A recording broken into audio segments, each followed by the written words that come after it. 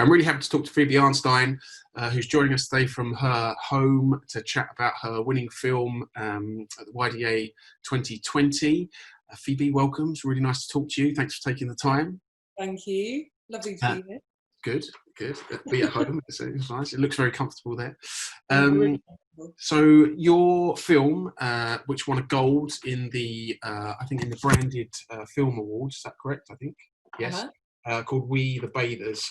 Fantastic piece of work, really insightful and engaging and emotional. And so before we get to talk about that specifically, can you just give us a bit of background about yourself, about how you got into directing and why you wanted to be a director? Okay, so I guess I've always been behind the camera in some way. I was a second AC, a clapper loader for 8 years prior to taking the leap. And I guess I was always kind of shooting stuff alongside. I was always nicking cameras from rental houses and going and shooting music promos at the weekend, but very much more on the kind of on the lighting side and just, going and running off and making things that just kind of took me away from the kind of militant environment of, what our feature film and TV drama sets. And it was such a release, really, just from the kind of very mechanical, albeit brilliant role of second AC, but it's obviously worlds away from directing. But yeah, so that's kind of what I did. And then I did my last loading job. I did a Black Mirror ep in 2017, and I just was about to blow my brains out, so I had to get out. So I did. And I think you just have to be. I think you have to make like cut and run and be scared by something and feel the space around you to kind of get your ass in gear. Yeah. So you took the plunge, which is a sort of unplanned segue into your film, We the Bathers. So it's a brilliantly, as I said at the start, emotional, kind of insightful short film about people's relationship with water, essentially. So can you tell us a bit about it, about how it came about, and why that was something that you wanted to make? Yeah, sure. I mean, it was it came about through via Lush. And it was a kind of a brief that kind of lands in your inbox. You think, fuck, this has real scope. And, if I'm given the freedom to go and do what I want to do, then this could be amazing. But I think it was very much harnessed in these kind of, in the bathing rituals themselves, right from the very start. And it very, very quickly evolved just into really digging deep and delving into people's interior worlds and using the bathing space as a place to kind of do that. It's funny, like looking back and looking at how it has evolved. And I think really that mining of people's trauma and their lives was something that I wasn't really on the table from the very start. But it very quickly became that. And Lush were just so brilliant. They were the best. They were just the best collaborators. They really just gave me the freedom to kind of go on my instincts. And there were lots of conversations about what the film could be, but there wasn't, it wasn't kind of meticulously, kind of pinned out about what it, about what those details were going to be. So did they have the people that starred in the film, that the people that you followed, were they already kind of planned? Did you know who those people would be already, or did you have to sort of hunt for them, or did you have, how did that come about?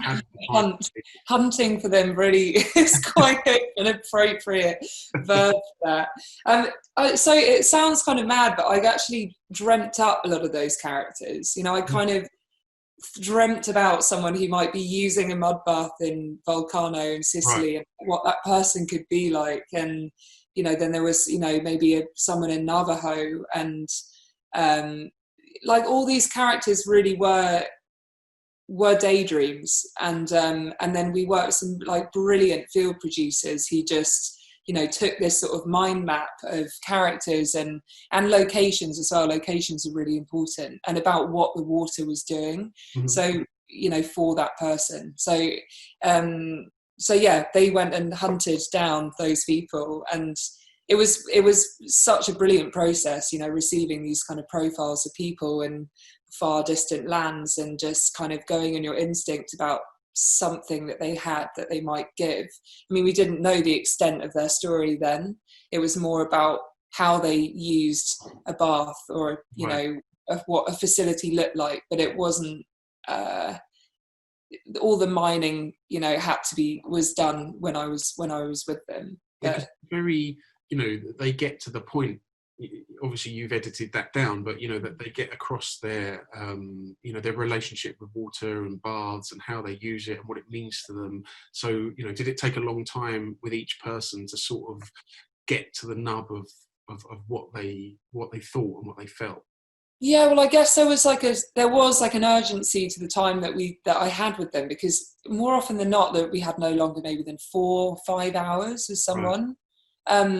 And also like the act of bathing, normally, if you know, apart from if you know, if you're Japanese tend to spend a long time bathing in tubs, but they, you know, the act of bathing isn't that long. So I knew that I'd have these kind of, you know, 2-minute windows where I'd have to kind of present like something about that person's life that just really, you know, was engaging and just was very much what words am I looking for? You told me now that there's no cutting, and I'm like panicking. But yeah, like I'm pretty, you know, I don't, once I'm with someone and I'm sat down, and I'm pretty cutthroat about the environment that I'm creating. And you know, that was pretty challenging for my crew, my very small crew, who, you know, we all went and traveled around the world together. But it was like, as soon as you cross the threshold into that person's world, it's like you are leaving such a faint footprint, you know, when you step into the room. And it really does become about, I'm trying to get them to lead me into their world as much as possible. And just to kind of open up possibilities within a room, really. And to create an environment where they are going to be comfortable to take off their clothes and be their most vulnerable selves. That's an interesting thing, because it's a very revealing documentary emotionally. You know, they talk about their emotions and how they you know, how they deal with water and what it means to them, but it is sort of revealing physically as well. Most of the people, if not all of the people in it, kind of get naked and are kind of seem completely at ease in front of the camera with no clothes on. Was that something that was difficult to persuade them to do, or, you know, was that sort of already said to them ahead of time that, you know, this is going to be part of it and I want that to be Not always. And I think actually it might have scared people off. Not that I've kind of lured people into a trap and forced them to take their clothes off, but, you know, we talked very early on with Lush, you know, about nudity, and there was initial kind of bristling around that. But I just felt very strongly that if we were making a film about bathing, then people had to be naked. You know, really. And also, like, I wanted to photograph people in a way that nudity just felt like, you know, just the most kind of, that's like, we're in our most natural state when we're naked. And I really wanted the film to reflect that. And, you know, I don't often see, you know, bodies like Gianani in Sicily, like the mud, you know, this extraordinary body that's like carried this whole life around. And I just think, you know, nudity, especially, you know, women in you know, in media, is just like, it's so skewed and it's gratuitous so often and objectified, you know. So I think holding up a quiet lens to that was the way that I wanted to kind of photograph and capture nudity. Yeah, it felt completely natural, obviously, and kind of part of the story and part of the theme of the film. It wasn't, like you say, gratuitous in any way. But obviously they're non-actors, and it was just interesting to hear how, you know, how they approach that sort of aspect of it. But I mean, at one point I was like, maybe the crew should be naked as well. Maybe the crew should be stripping off and be in these bathroom sets. But I think I really do believe that if you work extremely hard to create an environment that, you know, people are just at ease, you know, and it has to come from here, from a place of like deep empathy, really. Like, you know, it's people, you know, people only put their guard up when they feel uncomfortable. And, you know, I mean, it's an obvious thing to say, but it really is about the environment. You know? Yeah. It's a brilliant film. And so what does it, understandably, it won an award at the YDA this year. So what does it mean to you to win that award, to get that recognition? I mean, you never ever set out to make a film and to think about it. You never think about its success. You never really think about, where it could go. Well, I don't anyway. You set out on something and you have no idea really, like where it's going to end up. If it's going to be watched by anyone. I mean, one hopes that it will be. So I think, for it to win a gold screen award was just so brilliant. It was really brilliant. I'm so honoured. I sat chugging white wine in my kitchen, just like this is brilliant. What a brilliant it feels like the slight end of the road for it. In a way, it feels like a really lovely kind of closure on the whole project for it to be recognised in that way. Okay.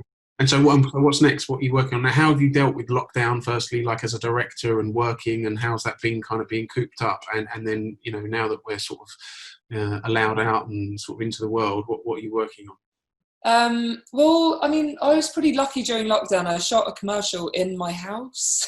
Okay. Which I would not recommend to anyone.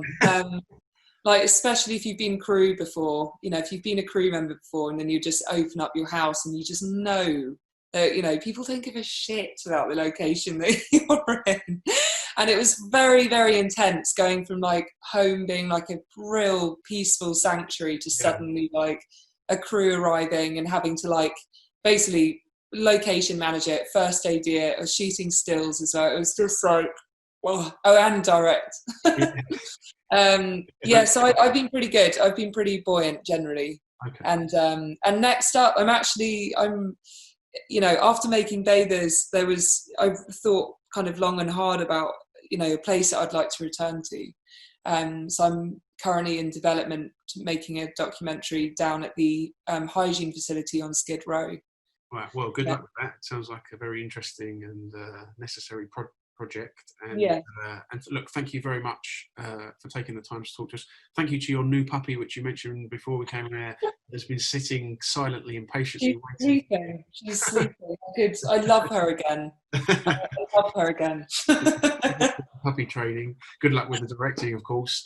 And thank you so much. Congratulations on the win and the film. It's really, really good. I urge everyone to watch it. And yes, good luck and speak to you again, hopefully. Thank you.